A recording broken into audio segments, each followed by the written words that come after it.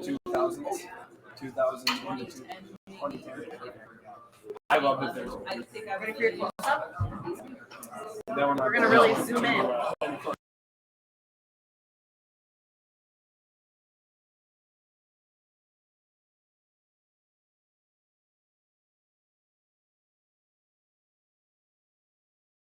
And there are honey buns back there. There's some really good cookies, so make sure you fill up. So yeah, so we're gonna do the first one.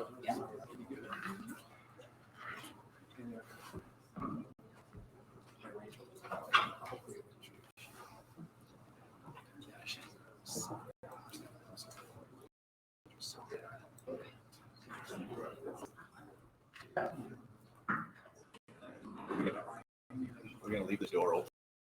We want to shut that.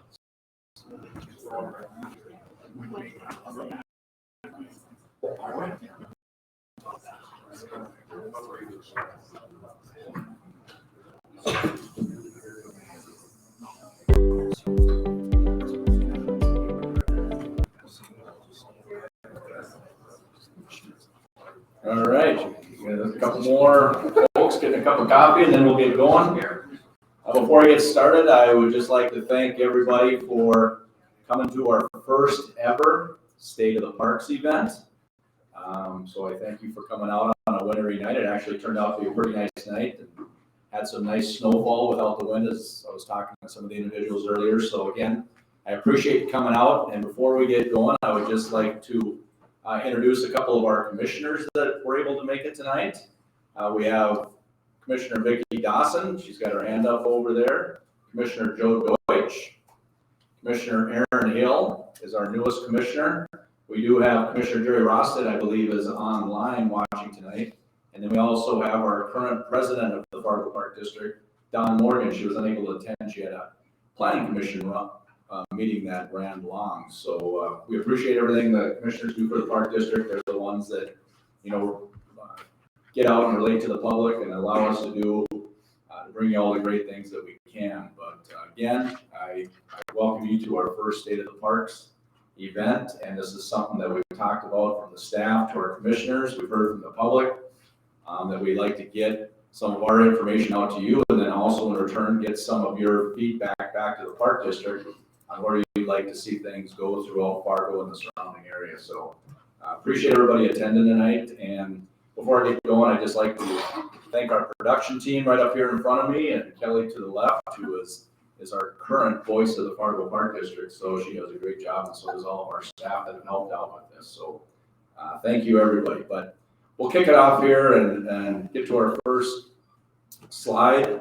And sorry, I'm getting old, so I'm gonna have to use some cheaters here. But at a glance, the Fargo Park District, we've got about 2,400 acres of property throughout Fargo, and that includes 124 miles of trails. We were talking a little bit earlier about this. That includes trails that are off the roadway along drains and power lines, and also includes trails through our parks and then along city arterials and collectors. So we work very well with the city to maintain those trails, and they're great commuting devices through the city of Fargo. We've got about 125 full-time staff throughout the Park District and also with Valley Senior Services. And over the course of the year, we have about 1,100 part-time staff. So it's a pretty big operation we have at the Park District. We put on over 30 special events and over 1,000 programs in a 12-month year. We have 5 outdoor pools, 3 indoor ice arenas, and 5 public golf courses. So as we get through the presentation today, we'll talk about some additional sheets of ice at a big project we have going on. The Fargo Park District is, I kind of like to call it as our parent company. We've got our Fargo Parks logo, but we also have some sub-entities through the Park District, and Courts Plus is our first one. Courts Plus is our community fitness center down on South Washington, and offers a family-friendly fitness center with indoor playground, child watch, birthday party, packages, and youth programs. They're open 7 days a week. We have 8 certified tennis and pickleball pros, 9 trainers. That includes, therapy if you're recovering from an accident or just strength training. And we also have 19 courts throughout the complex, 7 tennis, 2 basketball, 4 racquetball, and 6 pickleball courts. And as everybody knows, pickleball has taken off. The Fargo Park District Foundation, we just stood this up recently. It's been in existence for about 6 years, but we've really kind of taken it to the next level just over this last year with the hire of our first full-time executive director. And I just, real quick, I'll introduce Craig Beer. You can raise his hand there. He's our newest executive director for the Fargo Park District Foundation. Their mission is to enhance the quality of life in the metro area through the development of modernized facilities, new programs, and by offering great opportunities for all in the community. Their purpose, pursue unique fundraising opportunities and increase private sector support to further the development, growth, and excellence of the Fargo Park District in providing modernized facilities and quality recreational services. So they've done a great job in supporting the Park District. Senior Services. Valley Senior Services have been providing services to seniors for the last 50 years. Our services help thousands of seniors each year stay in their homes. They deliver daily hot meals through Meals on Wheels. And if you ever want to volunteer, just contact Valley Senior Services and they'd be more than happy.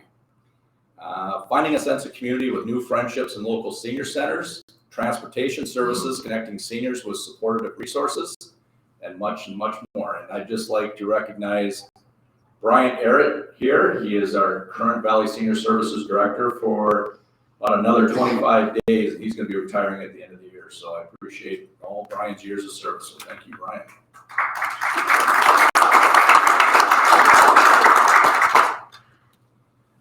Fargo Golf, as I mentioned earlier, we have 5 golf courses with 2 18-hole championship courses, 2 9-hole courses, and then kind of a unique golf course out at Osgood is a 12-hole course. There's 9 holes that stay in alignment that way, and then also have a 3-hole kind of practice round. And then a lot of people take advantage of that on their lunch breaks and go out and have lunch and then play 3 rounds of golf. About 130,000 rounds are played annually at all of our golf courses. We have lessons for beginners and advanced alike. And we also have leagues for any type of golfer. So if you're interested or you know somebody that's interested, feel free to get a hold of a golf professionals and they will get you signed up for a league. We have a variety of affordable season prices and options. So whether you're youth, through adult, through the seasoned citizen, we have packages for everybody. Bless you. We host community and charitable golf events all season long. So our 5 golf courses have done great. They've been a great source of recreational opportunity, especially these last 2 years with COVID. I think golf's kind of had a resurgence. Broadway Square, one of our newest attractions at the Park District, is downtown in the heart of Fargo. We just 2 weeks ago had an awesome tree lighting event down there, and I'm not sure about the exact numbers, but I believe last year we had about 1,800 people down there, and I would assume it was 1,800, if not more, this year. So it's a great place in the summer and winter alike. There's an outdoor skating rink. But Broadway Square is a comfy half-acre of community gathering space for the public, located in the corner of Broadway and 2nd Avenue North in the heart of downtown Fargo. The square is managed by the Fargo Park District in a manner that fosters vibrant community space. I know we had several 100,000 of unique visitors. We've got 300 rental events and days of activities planned each year. And as I mentioned before, right now we do have our outdoor skating rink lined up. We've got Christmas music going on through the end of the year. So if you haven't had a chance to get down there and enjoy it, please stop downtown Fargo. It's a great place for the urban sector.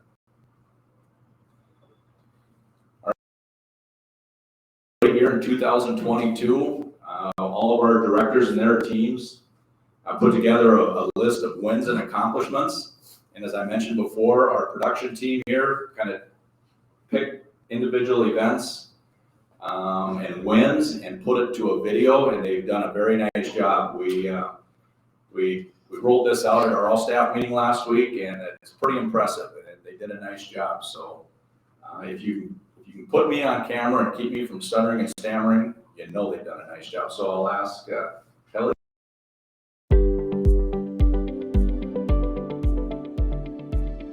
Since 1910, the Fargo Park District has been dedicated to providing quality recreational and leisure services at an affordable price to improve the quality of life for all residents of Fargo and surrounding areas. The Park District works tirelessly throughout the community to ensure that parks and facilities are ready to serve the public, and that includes working with others. The Fargo Park District is one of the largest park districts in the upper Midwest, and I think other smaller park districts and smaller park departments look to us to be a leader in our industry, and we want them to come to us and say, how did you do that, and can you help us out? We have a great working relationship with the Fargo Public Schools. We work with them as they look for new elementary schools, middle schools, and high schools, and they come and meet with us and see how we can share facilities. It always works well with the school district because the times that the kids are out of school are the times that we're going to be utilizing those parks, and especially in the summer months when the school districts aren't using those facilities and the park district can use those facilities. So it's a great collaborative effort between the school district and the park district, and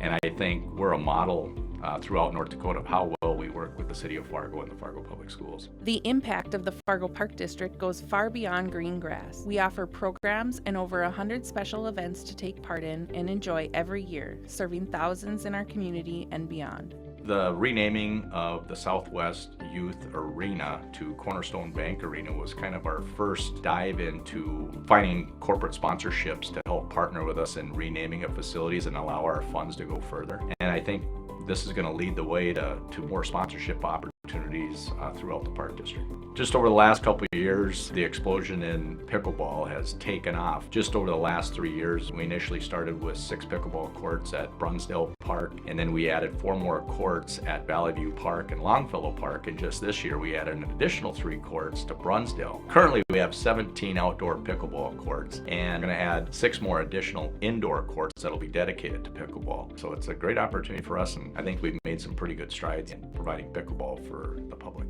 With over 2,200 acres of land, the Fargo Park District takes pride in planting and maintaining the beautiful green spaces and facilities in our wonderful city. This includes numerous parks, trails, complexes, golf courses, and the campground along the Red River. 2022 of the past year, we've received several grants to help us extend our funds. We also received a grant to plant more natural prairie and wildflowers along several of our parks to try to bring in the prairie into the city of Fargo. And all these grants help to allow us to do more trails and more projects. Our staff has done a great job this year securing grants and helping extend our funds. The most exciting thing in 2022 for the Fargo Park District was our groundbreaking for Phase 1 of the Fargo Park Sports Complex. It was a great event. We had a lot of people out there. It was a beautiful day, and it kicked off a big leap forward in providing facilities for the citizens of Fargo and surrounding area. The Fargo Park District's vision is to create a destination facility with indoor space for over 20,000 local kids and 20 local community organizations to use regularly is starting to become a reality with the construction of the Fargo Park Sports Complex. This impactful facility will attract over 1 million visitors annually and host over 60 community events. The Fargo Park District expects its Fargo Park Sports Complex to provide a true multi-purpose space for Fargo residents and the surrounding communities. With the help of the Fargo Park District Foundation, more than $9.8 million has been raised to build this facility and support other Fargo Parks projects and facilities. One of the major improvements we did over at McCormick Park was Beyond the Game Coalition. We worked with them. They wanted to add some colors and artwork to that park, and what they requested from the park district was to go out and paint the basketball court. And I think this was something that the neighborhood and that community could get together and get some buy-in and just provide a brighter looking surface and provide some aesthetic beauty to that park by painting the basketball court.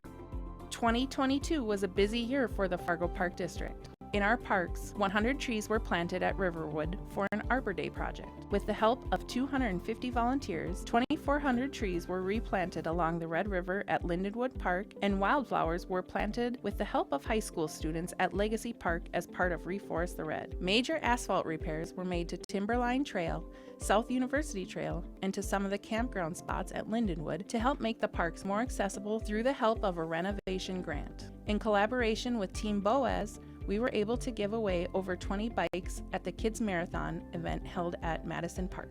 In 2022, Broadway Square received the FMCVB Pineapple Award, the NDRPA Golden Egg Award, and the Governor's Travel and Tourism Flint Firestarter Award for a tourism development project, thanks to the unique and inclusive events held throughout the year. We saw an increase of 19% in our Valley Senior Services Metro Senior Ride ridership. Courts Plus offers programs for all ages and abilities, and membership is continuing to grow. Our 5 public golf courses support the beginner, the leisure player, leagues, tournaments, and expert levels. Edgewood was named Best Golf Course of the Red River Valley in 2022. With 1,000 programs and over 100 events every year, Fargo Parks has something for everyone no matter the season. From adult to youth programs and free events every week, it's hard to not find something that piques your interest. With all this growth, we look forward to an exciting 2023 at the Fargo Park District.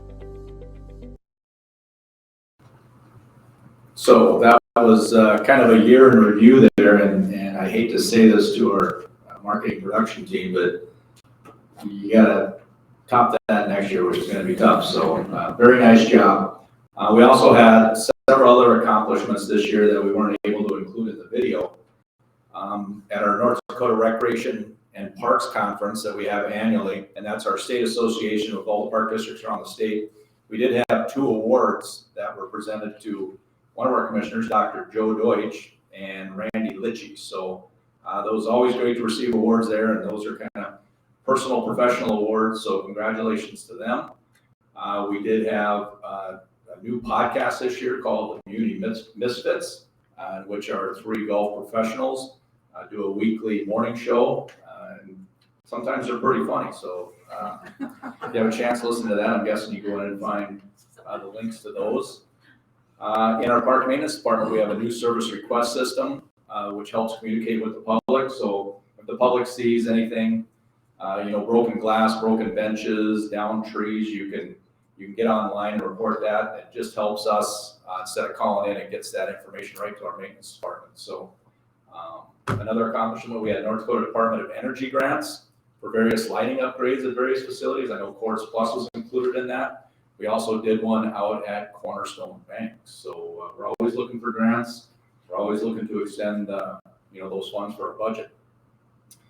And then this year in our business office, our financial department, it's always great to have an unmodified audit opinion. So that's always good in the financial world. And then just latest, we just found out just a week and a half ago that our North Softball Complex won the National 2022 USA Softball Complex of the Year. I didn't even know our team was applying for this. They kept it a secret, but I found out at the annual CVB Sports Summit a week and a half ago, and it was a great pleasure. It made myself and all of our park district team proud. They do a great job. As I mentioned at our all-staff meeting, I talked about a couple items, the Christmas tree lighting, the USA Softball and Field Award. This happens throughout the year at the Park District. So I just don't want to recognize those 2 groups, but it takes a tremendous amount of people and teams to pull off these events. And as I said before, we do it tens, if not hundreds of times throughout the year. So congratulations to all of our staff. Those are just 2 I kind of picked out tonight just because they were so recent on my mind, but everybody does a great job.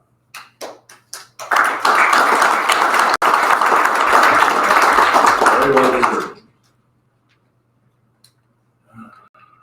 So let's start talking about a couple of our projects. We're going to start out with the Fargo Park Sports Complex, and this is something that was mentioned in the video, and we had our groundbreaking this May, which was a great event. When you get out in Southwest Fargo, it's not too often you get a beautiful blue sky day with no wind, but it was a beautiful day. So the next slide up here, and I'll use my pointer. I'll try to help.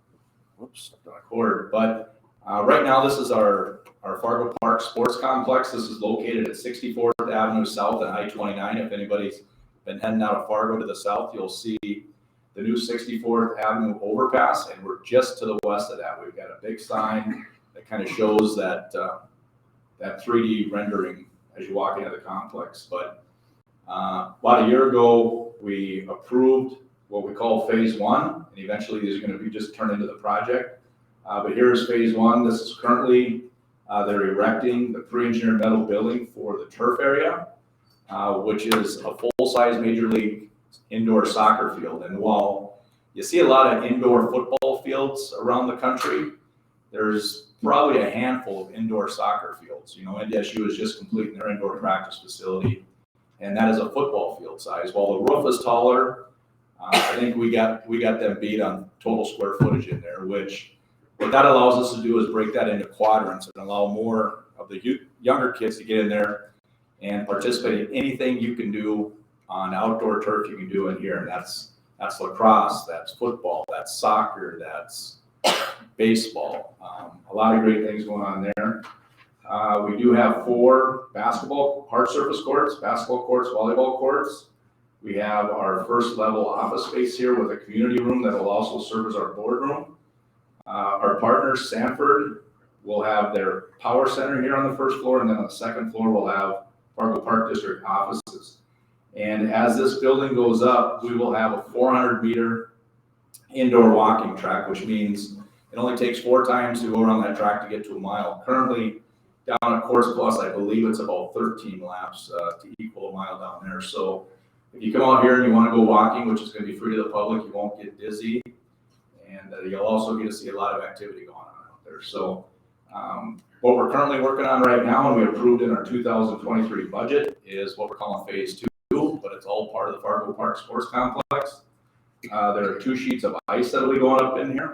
And we've partnered with a couple local user groups, Angel Hockey and Fargo Youth Hockey. So they're helping fund the 2 sheets of ice. We've also have an additional 4 basketball courts here, and that was a big win for us because, you know, we can still hold tournaments on 4 courts, but when you have 8 courts, that just makes it a destination site. And those 8 full-size courts can be broken down into 16 youth courts, cross courts. We've got 2 additional community rooms here, which if you've been into the event space at a hotel, you can divide that into 1 big space, or with some curtains, or panels, you can break that up into 3 spaces. Right here, we have an indoor playground. And I think one thing our partner over in West Fargo had is they worked on the Rustad Center. Their indoor playground was a big success. Now, we currently have one down at Courts Plus, which is a stacked indoor playground, which does very well.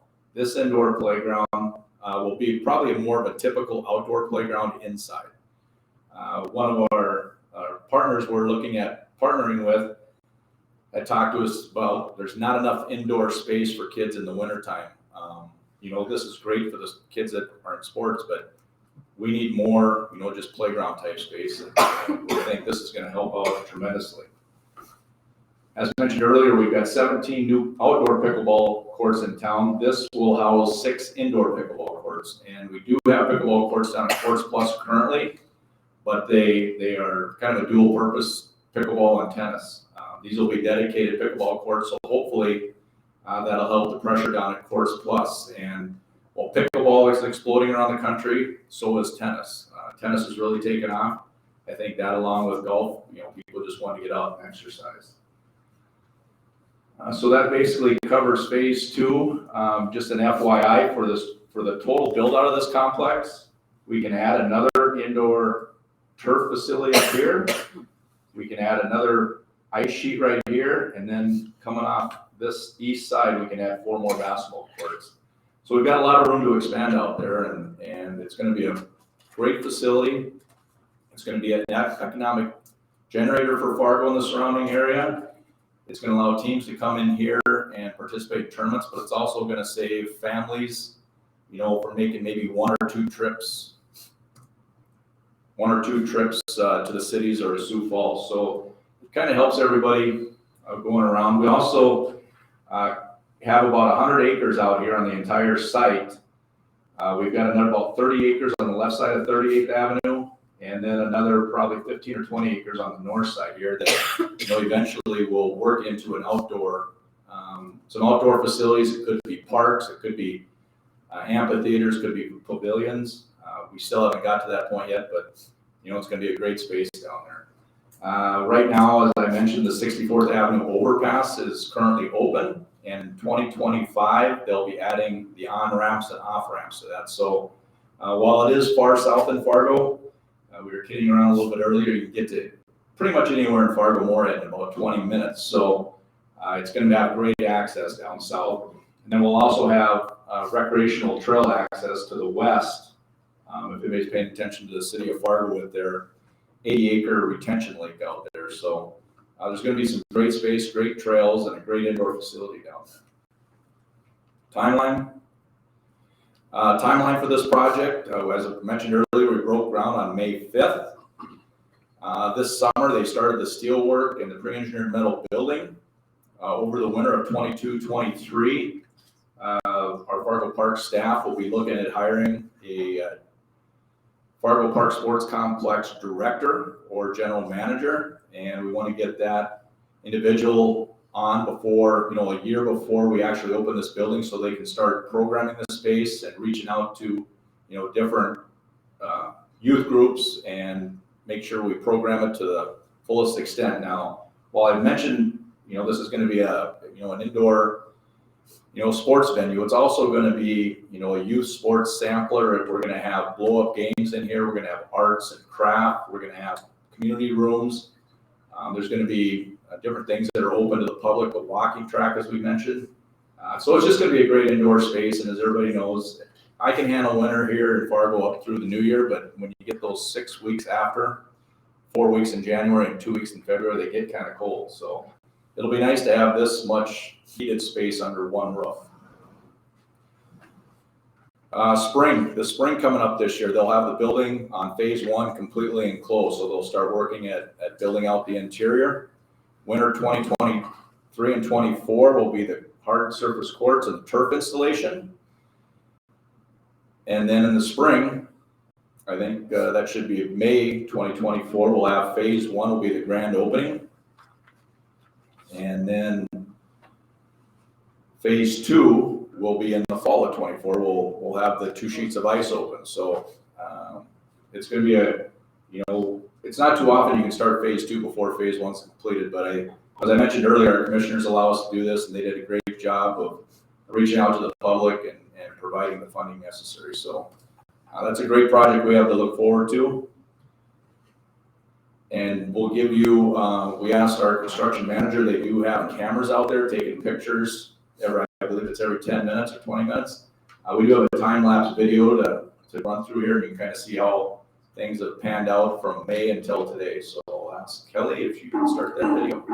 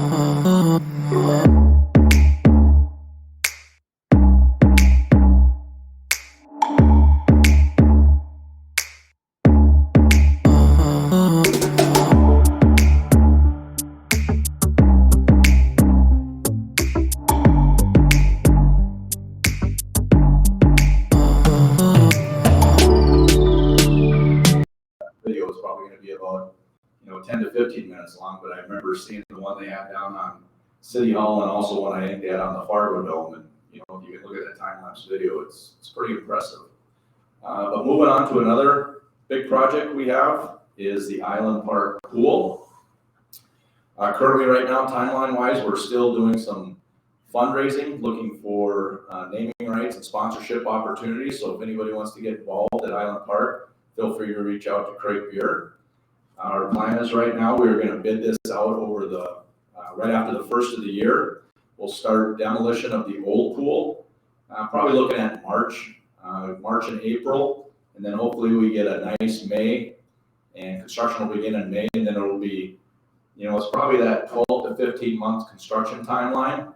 And we're looking to be open for the pool season of 2024. So if you look at 2024, we've got some pretty big items. We're going to have the grand opening of the Fargo Sports Complex Phase 1 in May, the opening of Island Park pool reconstruction in June, and then Phase 2 of the Fargo Sports Complex in October. So 2024 is going to be a great year at the Fargo Park District, and I'm just so proud of everybody that helped put everything together, from our commissioners to our financial department, putting all the funding together, and then all of our directors and their staff that helped kind of on both of these projects. So a couple big ones for the Park District. Looking at what does the Island Park pool. Previously, the Island Park pool is the second iteration of the Island Park pool is its current location. The first one was up what we like to call the Sherling Complex. There's a couple of tennis courts up there behind the Sherling facade and the old grandstand. But this pool will be constructed in the same place that the current pool is right now. The current pool had a 50-meter competition pool, a wading pool, and then a diving well. I think we've got some very interesting things and fun activities for the new pool, and you can see on an aerial view, we've got the 50-meter competition pool. Currently the layout is north and south. This one will be east and west. This old arena facade here, we're hoping we can get in a second deck on that and use that as a rental space and then an observation platform for competitions. On the west end of this pool, it'll be 13 feet deep, and we'll have what we currently have with 3 1-meter board or 2 1-meter boards, and then 2 3-meter boards. Those are the high boards. And a neat thing we put in here for more activity is a 5-meter platform. So that's going to give the youth a little more of a thrill of kind of cliff jumping, and which will be really cool. You can kind of see the lighter area here is a shallow area that will have some in-pool volleyball structures and different things going on that kids could play in the shallow area. And then again, it gets deep again on this side for the starting blocks, 2 meters deep. And you can have all this going on, and you can still swim laps on that east side. So we're trying to get as much bang as we can with that 50-meter competition pool. We'll also have, they do have a climbing wall targeted for this, and I can't remember if we do have a couple small splashdown slides as well. Looking to the south, we've got a 0 entry pool here. This kind of takes the place of that wading pool, or what's been called the passive baby pool. We have this at several other pools where you can just wade in from 0 depth and there's a connection. This is going to be a lazy river, which will be the first, I believe, outdoor lazy. Well, there's one in Mandan, so this will be the second in the state. And then we do have a slide tower right here. And this, I guarantee, will be the first. It's called what's called a fly time slide, which actually will launch you into the air, into the deep end down here. And we'll see a better look at this in some of the 3D renderings. But then we'll also have a tube slide, which we currently don't have in the Park District, that you'll be able to use as a tube or as a body slide. So we're trying to incorporate as much recreational activity as we can. And I think that's going to give something for everybody that has that toddler up to a teenager. They can bring them to Island Park pool and enjoy a day in the hot sun. So one thing we're going to do is we're going to remodel the current bathhouse. This bathhouse was constructed of poured concrete walls and then double T precast roof structure. So it's built to last, and we kind of looked at that and we figured there was some cost savings there. So we'll basically gut the inside of that and reconstruct it to fit our needs. We'll also have some exterior month restrooms here that we'll be able to use for the park. And one thing we tried to work into this project was kind of a 12-month all-season multi-purpose room. It just didn't really fit in with, it would have fit in better if we would have constructed a new bathhouse, but using the existing one, it just didn't quite fit in. But we do have it targeted here for expansion as part of the Island Park master plan. where, maybe we could have some type of a community room or warming house in the wintertime for cross-country skiers. We will have a concession stand down here and then some additional lawn space for, people just to lay out. We've got some seating over here with some landscaping that you'll be able to watch the competition pools, and then plenty of shade for people that want to get out of the sun. So that's kind of a brief description of the pool, and now we'll look at a couple renderings that kind of show you what it looks like. This one is looking from the southeast to the northwest, and you can see right here where that fly time slide kind of launches you into the air, and then just a layout of a little play structure there for the kids, a connection to the lazy river, and then the lazy river will flow this way. The tube slide will dump into a splashdown pit right about here, and then you'll be able to exit into the lazy river. This is from the northeast looking to the southwest, and this gives you a really good picture of that fly time slide right here. It'll be I believe it's 30 feet, and then it has a 6-foot kind of jump on the end. So if you want to get some good videos down there, or you want to challenge your kids to going off, then feel free to be a pretty neat recreational item for the pool. You can see on the east side where we'll have the public restrooms here, and then as part of Island Park master plan, we have this area over here. You can see on the wall, planned as an outdoor plaza space. And here you can get a good look. I think my pointer's about ready to die, but you can see that old arena facade. Will you have that elevated deck that you can look down into the competition pool? So I guess I'll throw that away. What's that? I don't know if I need them anymore, but this is just a look on the ground level, and you can see that takeoff jump on that slide that's going to throw kids and adults alike into the air and get some pretty wild pictures. So the big thing about this competition pool, I touched on it a little bit.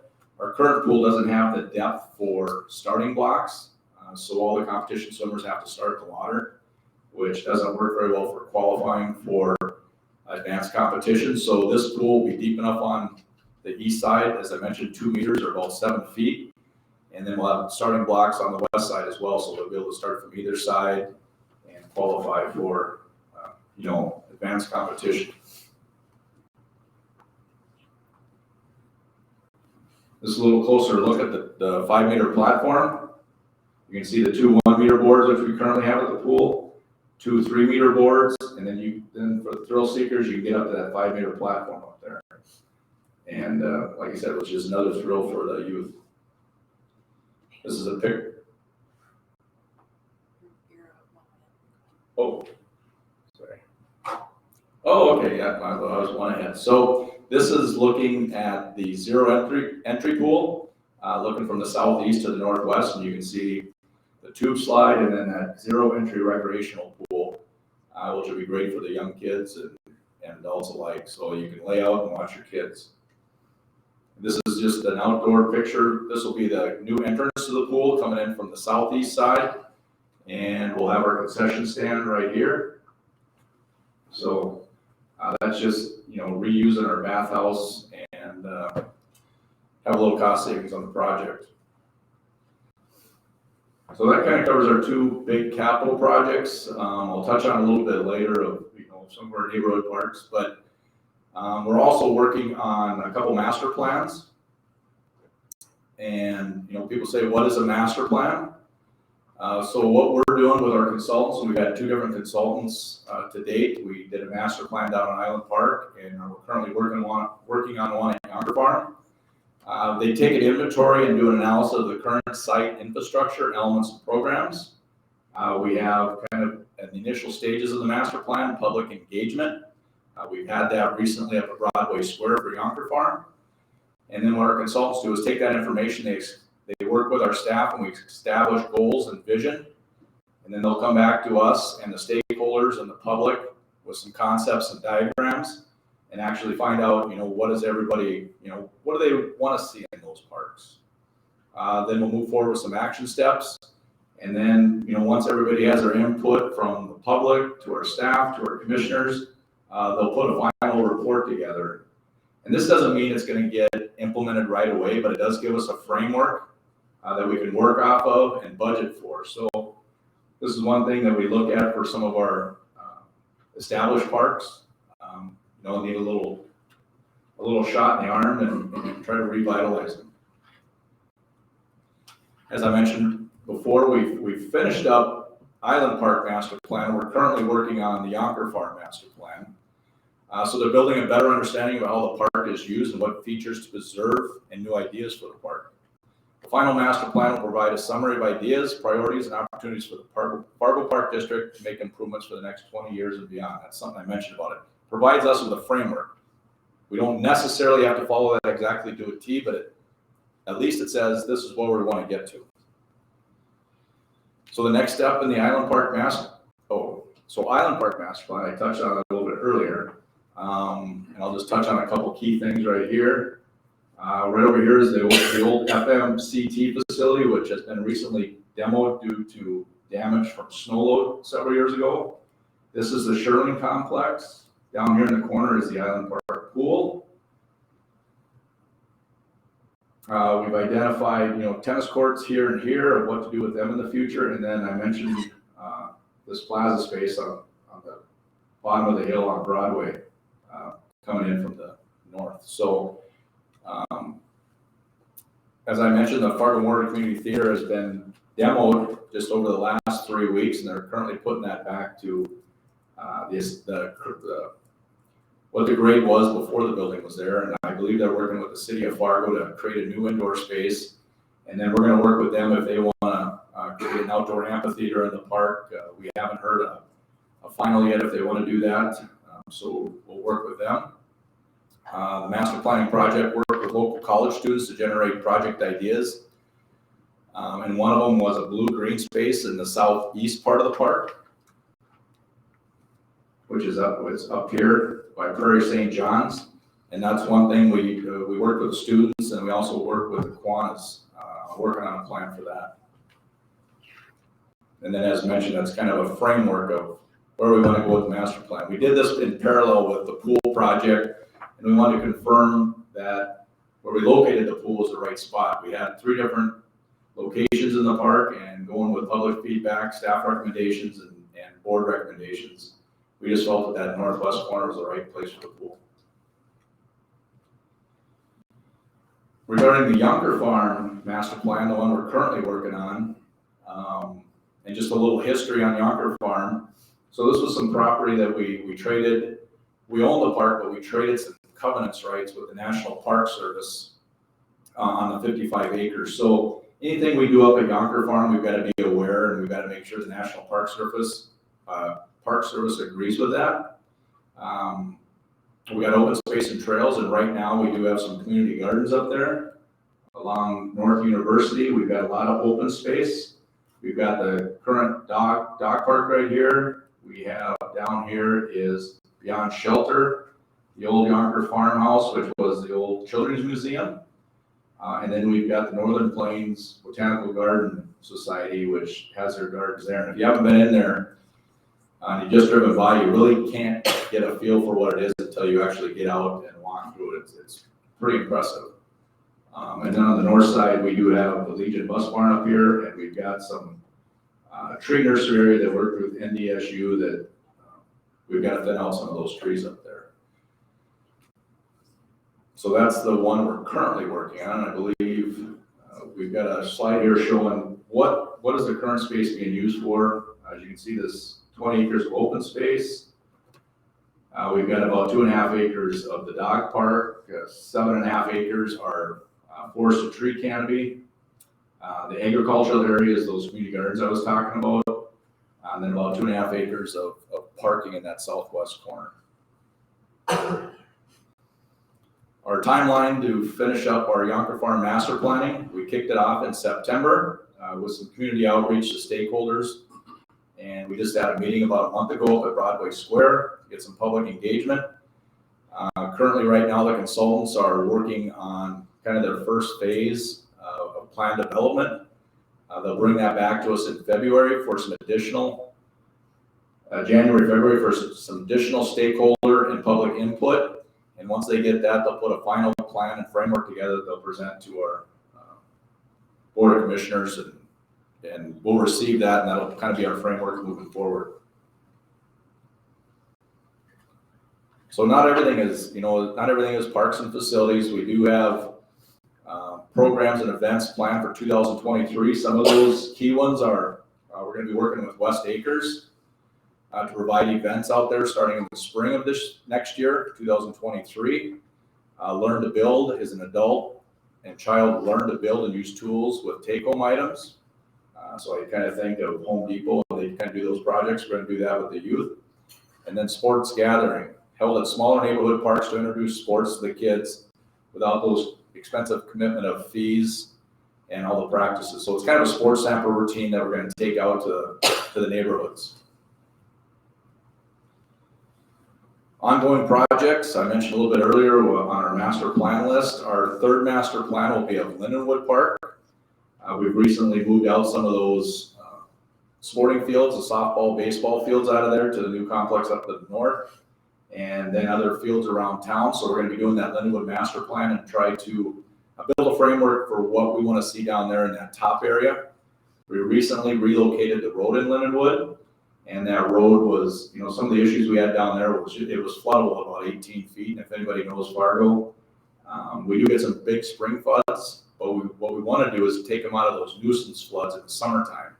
So if the river comes up to 18, 19 feet, you couldn't really use that lower road. So the asphalt was deteriorating, and our best guess was to move that up to 24, 25 feet and put it in concrete. So while the loop might not be as long, you still get that loop effect in Lindenwood, and you get 3 new shelters that our carpenters build, and that they actually use some of the timber that was logged from the oak trees that had to be removed due to the road. So if you go down there, there's some heavy timber shelters that are pretty nice. And I give our carpenters a lot of credit, and our maintenance department a lot of credit for helping them out.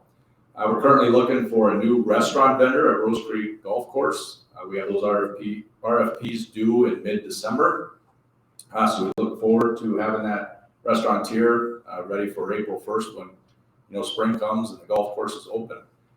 Edgewood, we put first artificial tee pad out at Osgood this past year, and we're going to be doing the same thing up at Edgewood. So in the spring and fall, when the grass isn't growing as vigorously as it typically does, we can hit off these artificial mats, and it'll save wear and tear on our tee pads.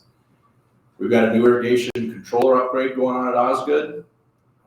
We're going to reopen our north softball concession stands. Last year, due to some shortage of part-time staffing, we were unable to have those concession stands open, so we're looking to get those back open next year with the addition of a couple full-time staff and then increasing our wages to attract the youth to help us out in our concession stands, and along with our parks and programs and recreation. We've got a metro study of outdoor and indoor amenities we're going to be working on. Trail and playground repair and replacements. Typically, we do 2 remodels of neighborhood parks every year, and that's just, some of our playgrounds after about 15, 20 years in use, there's new codes and new standards you got to follow, so we try to get, 2 of those replaced every year. And then some of our larger equipment, we're looking at Zamboni and payloader replacements. And just some recent conversation, I heard Zambonis are about 2 years out, so that's going to be one we're going to have to plan for. We've done recently with Barry Dunn, is a Parks and Recreation consultant, nationwide Parks and Recreation consultant. They helped us with a strategic plan. We started about a year ago, and what we wanted to identify is kind of some organizational structure. We wanted to work with also our mission, vision, and values, and then just, I call it internally facing. How does the park district operate? So they came in, helped us out with that. It was a process we included our commissioners with. We actually had some stakeholder groups, and also the public. So one thing they identified was the need for, with a park district our size and everything we have going on and continue to grow, they really felt a need for 2 deputy directors. And what the deputy directors are kind of that second level, executive administration. And the way they kind of explained it to me was you have the drivers and you have the kind of the service division. So the drivers are recreation, parks, Courts Plus, potentially golf, and then this new Fargo Park Sports Complex. And the services side is your financial department, business office, HR, IT, Valley Senior Services, and then community relations. So those are the ones that help service, the operation side. And I think adding these two new individuals, and I'll just ask them to raise their hands real quick. Dave Beats has been with the Park District since before I was here, so he's a long timer. And then Susan Foss is recent to the Park District as of a week ago Monday. She comes from Bloomington, Minnesota, as she a deputy director down there. So, and everybody said, well, what do these deputy directors do? And I think they're going to help out our current directors level, and they're also going to help myself out along with the commissioners. And this is going to allow us to go from being reactionary to being, proactive and starting to plan. And what we've identified is, we need staffing help throughout the Park District, not just at the top. And this is going to help us get the right people in the right places so we can provide better services to the, citizens of Fargo. And it's not just Fargo, because the entire metro community benefits from what the Park District has. So it's going to help everybody out. And I don't just want to highlight Dave and Susan. We also, Kevin Bowe is our recreation director. Carolyn Boutain is our community relations director. We have Tara Nielsen as our executive assistant. Jody Busick is our parks administrative assistant. And I don't want to leave anybody else out, but we have our marketing team here. We have Cassie, we have Tori, we have Kylie, and we have Kelly. And then Katie is in the back there. And, Brock. See, Brock hides back there. You're not getting a paycheck this week. I know. I always hate listing out people. I always miss. But Brock Leeds is our finance director. So hopefully I didn't miss anybody out there. And I was, what? Craig. Oh, I introduced Craig earlier as the foundation. So, but thank you. Yeah. So I always get in trouble when I start listing people out. But since I started with Dave and Susan, I figured I needed to. So that kind of talks about, where we are up until this point, and I think kind of working through this reorganization, and it kind of started with the deputy directors. We're also doing some reorganization throughout the Park District. It's only going to make us more efficient, better able to meet the needs of the community, and really plan for the future. So at this point, I believe our kind of presentation is over. We did ask for some questions from the public, and a lot of them were sent in via email, and we did try to find some themes throughout those questions, and we're gonna do our best to answer those questions for you. We're not gonna have an open mic tonight, but we are gonna answer some questions that, and all the questions that we acquired, we found some themes. So we'll start that off. I believe Dave Beats is the first one. Yes, So- and thank you everyone who submitted a question. We will be available if there are other questions that people have afterwards, but these were like they said, the main themes. So the first one is for Dave Beats, and his question is, what is the Fargo Park District doing to be more green? Thanks, Kelly. When we got these questions, and this one was assigned to me, I started to think about all of the things that we do throughout the Park District. We're certainly aware of the impacts that we have on our environment, and we're very conscientious about the things that we do. We're very prideful in our stewardship of the land and being caretakers for the brief time that we're here. So that really resonated with me. When I think about an answer to this question, I'm going to break it down into three segments. One, I'm going to talk about our lands. The second one, I'll talk about our facilities. And then the third one, I'll talk about our equipment. So first off, our property. One of the greatest things I think I've been a part of is a program that we started in conjunction with a great partnership of Audubon, Dakota. It's called the Urban Woods and Prairies Initiative. And what that is a program that takes land that is traditionally, or we had traditionally maintained it as turf grass and just natural park space, and it turns it back into native prairies and native woodlands. And so far, I believe we started that, and Dave, you were there at the inception, so I believe it started in 2015 or 2016. something there. But anyway, the point of it is we've worked with them and we've restored over 400 acres of our property into natural grasslands. So the significance of that is it's just reducing our footprint. We don't have to mow those areas once a week. There's a lot less maintenance and inputs that go into that, in addition to all the ecological benefits that go along with providing that sort of land.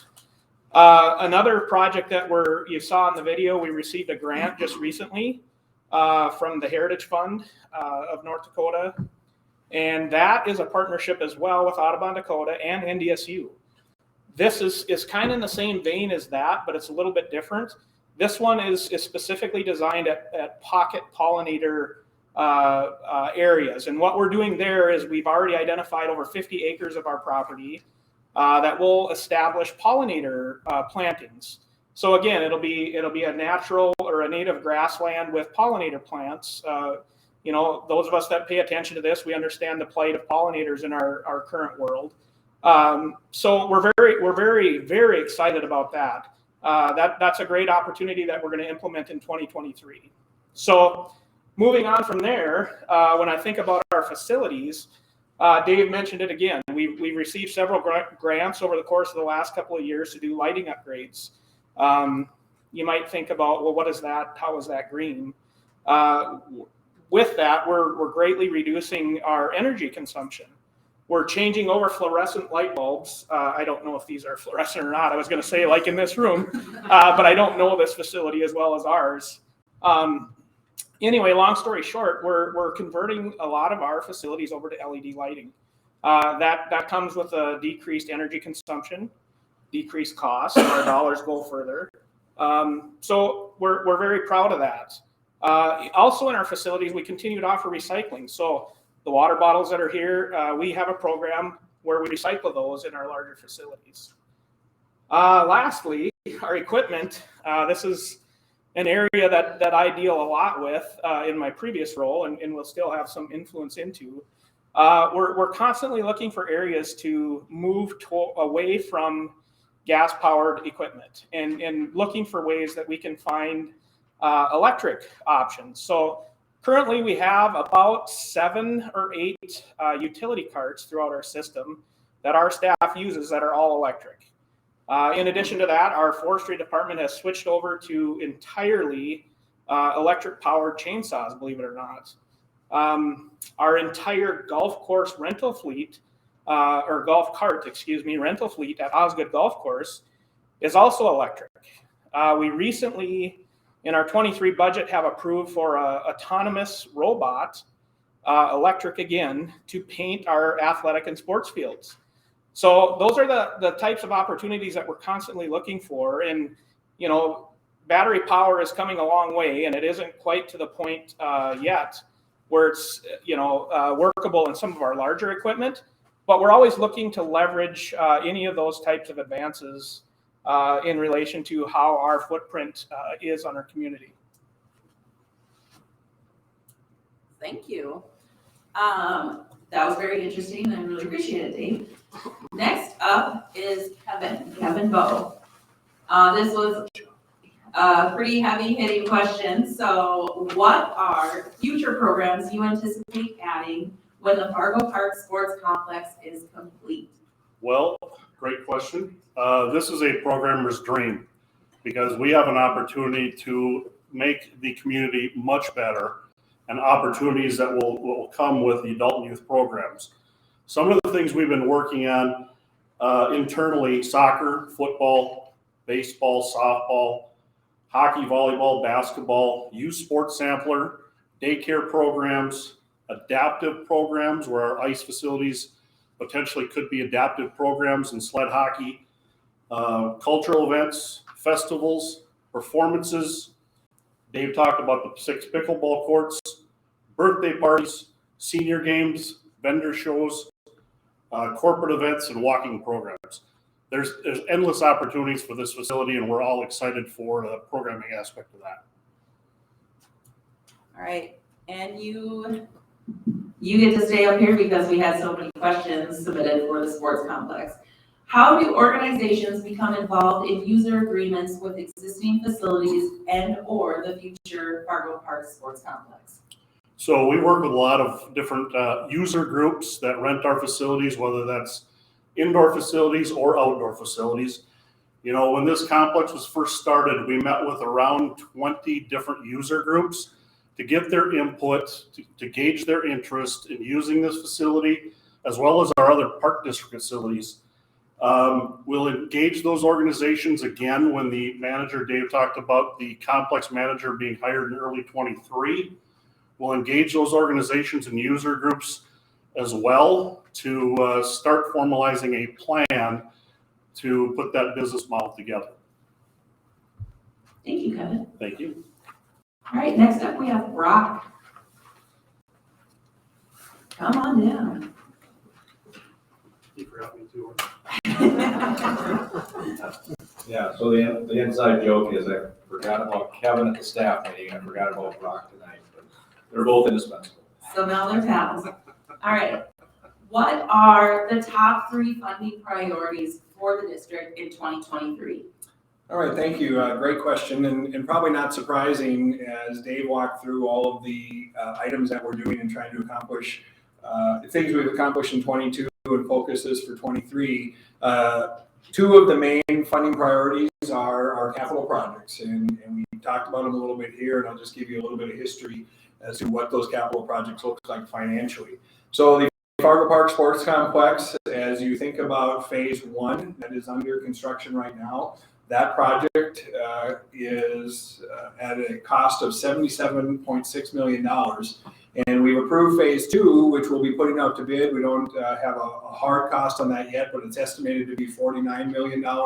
So that project, it will be our focus financially, funding priorities for 2023 and really beyond, is at a total cost of an estimated $126.6 million. And so clearly, the Fargo Park District is making a major investment into the future of Fargo, Fargo-Moorhead metro area, the region, and beyond. And that's really an opportunity to serve the region and the state.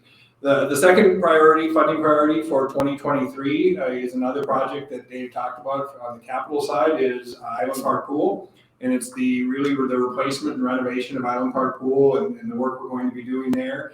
That project has an estimated cost right now of $16.9 million, and it's an opportunity for us to really revitalize that pool and move forward with a new amenity there. I believe that pool has served us for 44 years, and so it's if you think about that investment and the life we get out of that, will be a primary focus. And I would say the next priority really for the district is in staffing. We have a $30 million general fund operating budget that really encompasses everything that we do from deferred maintenance to staffing to programs that we offer throughout the district. But if we think about staffing, we have the same challenges that the entire region is having currently. We struggle to find our seasonal staff and to make sure that we're being competitive in that market. We've made an investment in our seasonal wages to try to attract and retain the best talent possible. We've also made an investment in our regular full-time employees and in making sure that we can retain those employees and really become hopefully an employer of choice if people want to come to it because we're competitive in the market. The other piece of that staffing model and funding priority is we've embedded about $730,000 in new positions throughout the Park District. And Dave talked about this with the reorganization that we're really looking to get additional help throughout the Park District. And we've prided ourselves on continually achieving at a high level with a minimal amount of staffing. And we really recognize that there are pockets where we need additional staff and are really focused on making an investment in 2023 in that staff. So I'd say those are the 3 primary funding priorities that are embedded in the 2023 general fund budget of the Park District. Thank you very much. Carolyn. Carolyn is a jack of all trades, but she gets to answer a golf question too.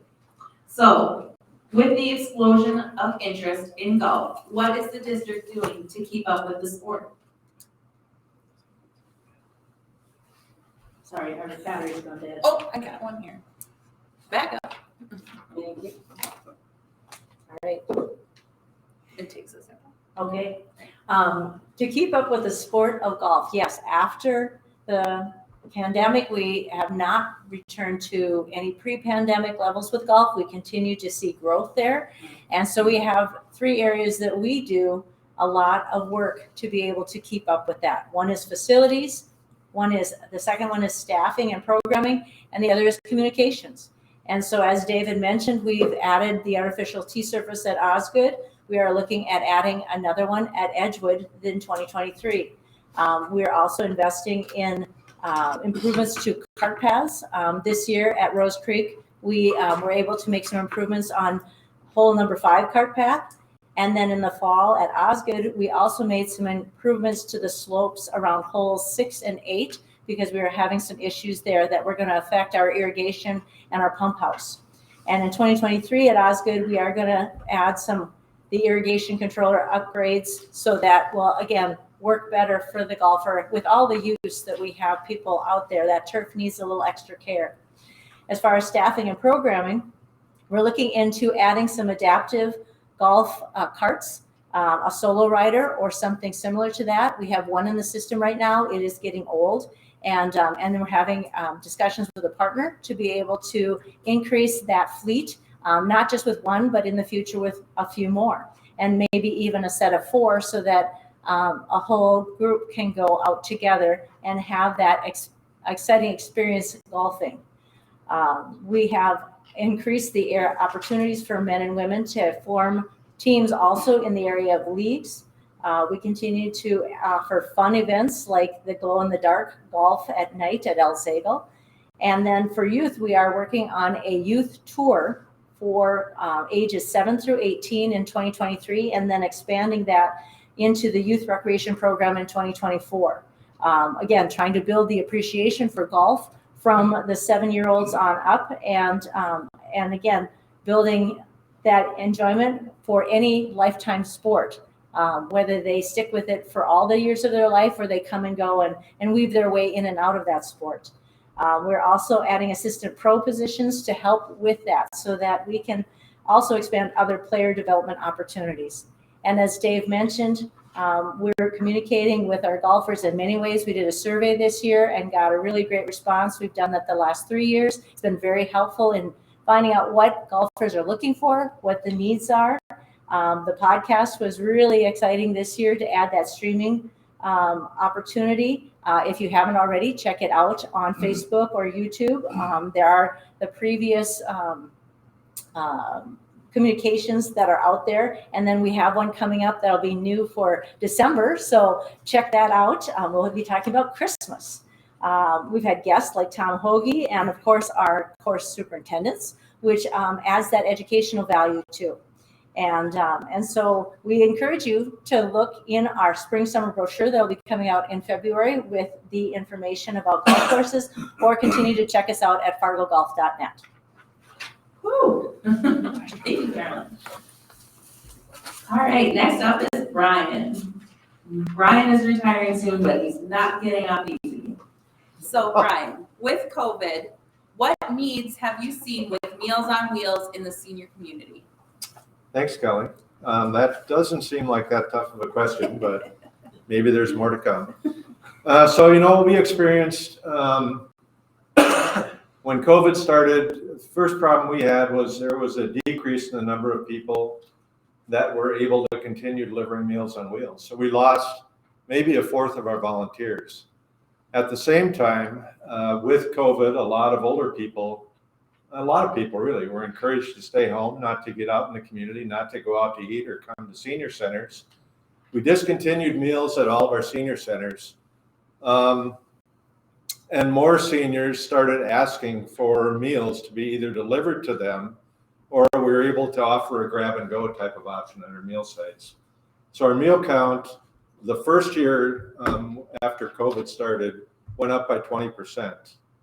In the ensuing 2 years, so 22 and 23, the meal count has stabilized a bit. It's up another 5 or 7% in the last 2 years. But the number of volunteers kind of mushroomed. We put out kind of a all points bulletin saying we have a real serious need for more volunteers to help deliver Meals on Wheels. and the community really stepped up. I mean, it was really gratifying for us that while we were scrambling to provide more meals, at the same time, there were people that were interested not just in helping to deliver the meals, but in helping to fund the meals. So that was the other end of the equation. Of course, when our meal count went up by 20% and then an additional 5 to 7%, we needed to find more dollars. You know, unfortunately, the state of North Dakota was able to identify some stimulus dollars that have helped us to keep up with the demand for services. Those dollars are going to run out at the end of this year. So we're working with the governor's office and the legislature to solidify those additional dollars going forward so we can keep up with this increase in demand for services. And I think we all recognize that our population is aging, that the older segment of our population is becoming more frail. You know, so the need for our services are not going to go away. They're going to continue to grow. I think the state of North Dakota has been really good at recognizing the importance of what we do. So we're pretty optimistic, you know, that legislatively we're going to be able to find the dollars and convince the legislature to appropriate those dollars so we can keep providing services to help older people continue living in their homes. Excellent. Thank you. And I'm just gonna, hello? You want to use mine? Maybe. I'm just gonna, nope. All That'll work. right, I'll just project. How does someone get involved in Meals on Wheels as a volunteer? They could call our office, 293-1440. It's a great experience. So anybody that hasn't delivered Meals on Wheels, you should do it. You know, when you bring a meal into somebody's home, you know you're doing something that helps them. You can tell by the way they react that you're doing something that's really important to them. So if you've never done it, if you want to have a high, if you want to do something that's going to make you feel good, guaranteed, come and deliver Meals on Wheels. 293-1440. Thanks. Thank you, Ryan. It might be the last time you give out that number. No, I don't think so. We'll find a way. All right, next up is Susan. So Susan, as the newest member of the Park District, what excites you most about your position? Thanks, Kelly. I think I was assigned this question because it's probably the only one that I'm able to answer. It was from teamwork. At 8 days into it. But there's a lot that excites me about my position. You know, I think one of the most important things is just being back in the Fargo community. You know, I spent a lot of time here growing up. My grandparents are from Fargo, and you know, holidays and different activities we were here. And then I attended North Dakota State University. So just being here is exciting for me. But I'm also really excited to work closely with staff and the commission on really reviewing some of our current policies and our procedures to see what improvements potentially that we can make to have our staff be able to more efficiently deliver some of the services to the community. I'm also really looking forward to working more closely with community members and our community partners in really finding out how people are using our parks, what they enjoy about the parks in our facilities, and then maybe any ideas on some things that they'd like to see improved in the Park District. Thank you. Oh, back up. All right, back to you, Dave. What has been done in recent years to enhance the river trail system? Oh, thank you. Thank you, Kelly. Is that working? No. I'm just going to talk loud. So thanks, Kelly. That's a great question, as all these questions have been. I think one thing in living next to the Red River of the North, as everybody knows, it's potentially a floodable river every year, whether that's a spring flood or maybe a nuisance summer flood. I think one thing, since I've been here in my 23 years and working with past executive directors, Roger Gress, and past employees at the Park District, one thing we wanted to identify is along our river trails, a lot of the trails were put in originally with asphalt, and probably not even on a 6-inch gravel base. They were just put in on clay. And with that constant river flooding, as I mentioned before, nuisance floods get up to that 24-foot level. Spring floods, as we all know, could get to 40.8. You look at some of those flood walls around town, they're built to 44, 45 feet. So we're constantly living with the flood environment, but that constant flooding has just taken its effect on some of those asphalt trails. The silt dries, sucks the oils out of the asphalt trails. They weren't really put on a good base to start with. So as we look to replace these trails along the river, what we want to do is try to get them to that elevation of 24, 25 feet, which takes them out of those thunderstorm type floods in the summertime. And that's one thing I mentioned a little bit when we did on the Lindenwood Road. I got that up to 24, 25 feet so people can still use it even when the water comes up. We're not going to protect those river trails on those spring floods. They're just too big. But putting them into concrete allows them to be maintained easier. Longevity is going to increase from that 15 to 20 year to 30 plus 50 years, providing you got a good base and you don't have any faults you're crossing. So one thing is just replacing the asphalt trails with new concrete trails, getting them up to that 25-foot flood elevation. We also talked a little bit about having a great partnership with the Fargo school districts and the city of Fargo. And currently right now, the city of Fargo, ideally it'd be nice to have a river trail connecting, 52nd Avenue for now, all the way up to Trollwood Park. And right now, I think you can get on a lot of those stretches, whether you're on the Fargo side, the Moorhead side. We do have a couple new lift bridges that have been recently installed with partnerships with the city of Fargo and city of Moorhead, so you can cross back and forth. But the city of Fargo Engineering Planning is working with us to try to continue our stretch north, which currently right now stops at about El Zago Golf Course up on Elm Street. We'd like to get that behind the VA. In the past, there was a couple homes that we couldn't get behind because they own property down in the middle of the river. But since, the flooding in 2009, the city's acquired those homes. And we'd like to get around, the VA hospital and then continue that trail north and ultimately get up to Edgewood Golf Course, through Trollwood Park. And then we've got a nice trail from North Broadway up to County Road 20 that extends all the way up to Riverwood Park. So we're continuing to work with the city of Fargo and planning. They do a great job of applying for federal grants to get these trails installed. A couple other things we're working on these river trails is to kind of have trailheads. We've got some great trailheads at Lindenwood and down at Iwan Park. What we'd like to do as part of Island Park Master Plan is get that trail connection from Island Park over beyond the dike at Dike East and down into the park along the river trails, and then have those nodes every several miles, north to south in Fargo. As I mentioned earlier, it's North Complex down to 64th Avenue. That's 15 miles. It'd be awesome to have these trails along that river to extend as long as possible. So I think that's one thing we're doing is trying to improve this, get them up to that 24, 25 foot, and then provide better trailheads. Excellent, thank you. We are moving on to our last question, but then I just wanted to remind everyone before, you have now seen all of our directors, so if you do have any other questions, feel free to touch base with them after. You can also view some of our boards that we have out here of what Island Park Pool will be looking like, if you wanted to just see those slides again, and then our master plan for Island Park, and then some of our renderings for the sports complex. But our last question is back to you again, Dave. How can the Fargo Park District balance new facility investments in new parts of the metro with reinvestment in existing facilities in other areas of Fargo? Thank you, Kelly. Before I answer this, I also want to say, all the staff are here to answer questions after. Feel free to grab any one of us.